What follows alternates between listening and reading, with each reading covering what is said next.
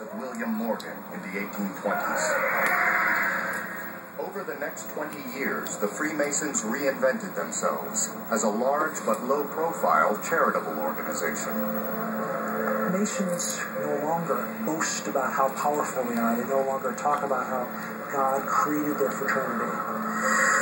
So Masonry comes back, and by the 1860s, it is beginning to grow again in dramatic scale. No one was more responsible for the Freemasons' growth in the 19th century than the controversial figure of Albert Pike. His work would transform the Freemasons and provide the fuel for every Freemason conspiracy theory to come.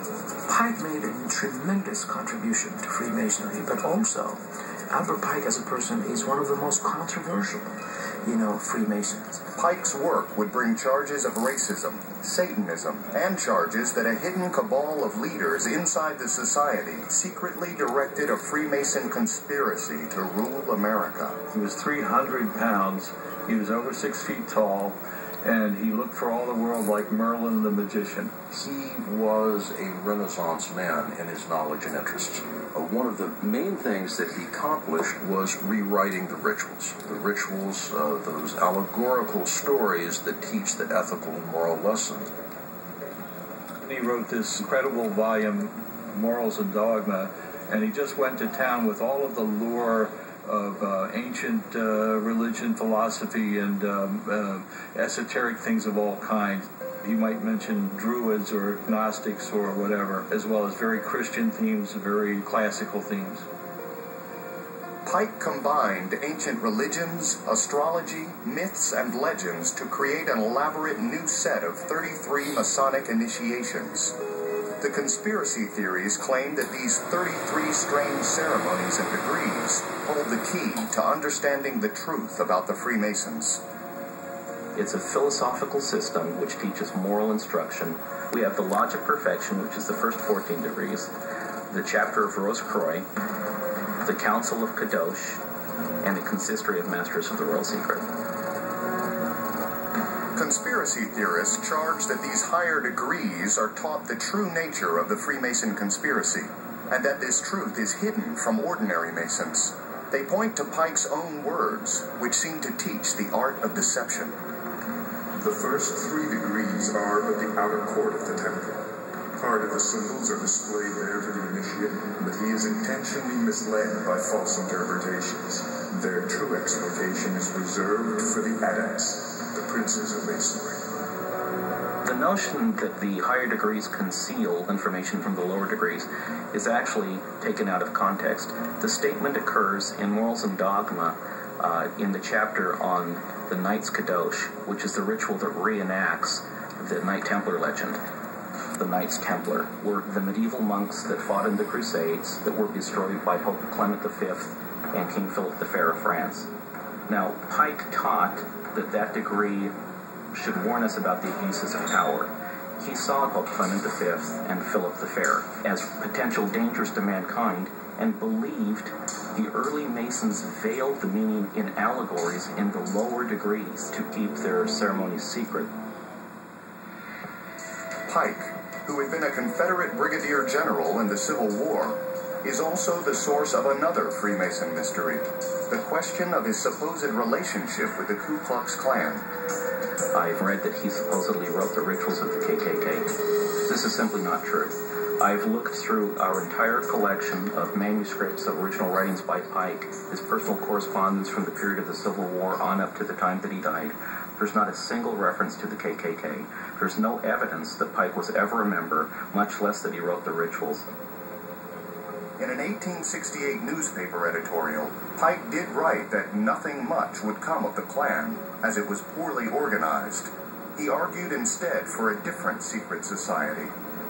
"We would unite every white man in the South," he wrote, "who is opposed to Negro suffrage, into one great order of Southern brotherhood, whose very existence should be concealed from all but its members." It's a bit like Thomas Jefferson. There are sometimes contradictions.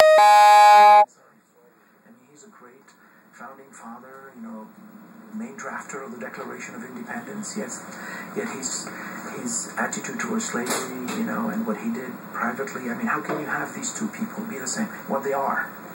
They are, and I guess we're human beings. Pike's Freemason elite is the 33rd degree, called the Inspectors General. To this day, this invitation-only group governs the Freemasons in Pike's southern jurisdiction. 33rd degree Masons have included President Harry Truman, General Douglas MacArthur, and the once powerful and feared FBI Director J. Edgar Hoover. Every one of them charged the conspiracy theories, manipulated events to help maintain control of America. The lack of evidence only seems to encourage the true believers. They accuse Freemasons of doing wicked and terrible things, and when you tell them that it just doesn't happen, they just simply say, well, you don't know yet, you're not high enough. Well, I know plenty of extremely senior Freemasons, Grandmasters running countries, and I know exactly what they know, because they ask me for advice on certain things, and there is no high level. It just doesn't exist. The ultimate charge against the Freemasons is that they worship the devil.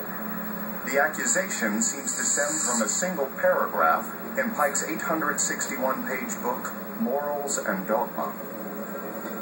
Lucifer, the son of the morning, is it he who bears the light, and with its splendors intolerable blinds evil, sensual, or selfish souls? Doubt it not.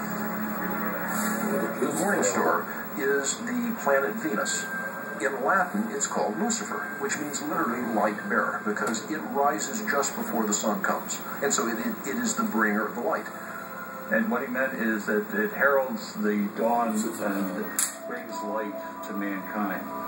And unfortunately, in other contexts, Lucifer is Satan, and away you go with that. And so he appeared to be praising and lauding Satan, which was never his meaning, and it would be very wrong to take it that way. The Lucifer myth was exploited by a French author, pen name Leo Taxil, who wrote a wildly popular series of pamphlets and books denouncing Masonry in the 1890s. But in 1897, Taxil proudly revealed that his depiction of Albert Pike as a Satanist was a complete and utter hoax. But for the Freemasons, the genie was out of the bottle. If you see the word Lucifer in Pike's book, and Taxil has told you that he's the sovereign pontiff of Lucifer, well, it all comes together. Those poor Masons, they're misled by the evil inner circle. And to the present, people have breathlessly told their friends, do you realize what the Masons are doing? And I suspect these are the same people that send an email and say, did you hear about the poor woman who dried her poodle on a microwave? Modern-day zealots even see signs of Taxil's devil in the layout of the streets of Washington, D.C. In the layout of Washington, you will find an image of an inverted five-pointed star. You're going to see two of the points sticking up. And away you go, you've got now a satanic image, and they believe that it was written into the design of Washington. Very few rational people may truly believe the devil's face is embedded in the streets of Washington. But no Freemason mystery is more widespread than the rumors that swirl around the Great Seal of the United States and the strange symbols that appear on the $1 bill. My dad never talked about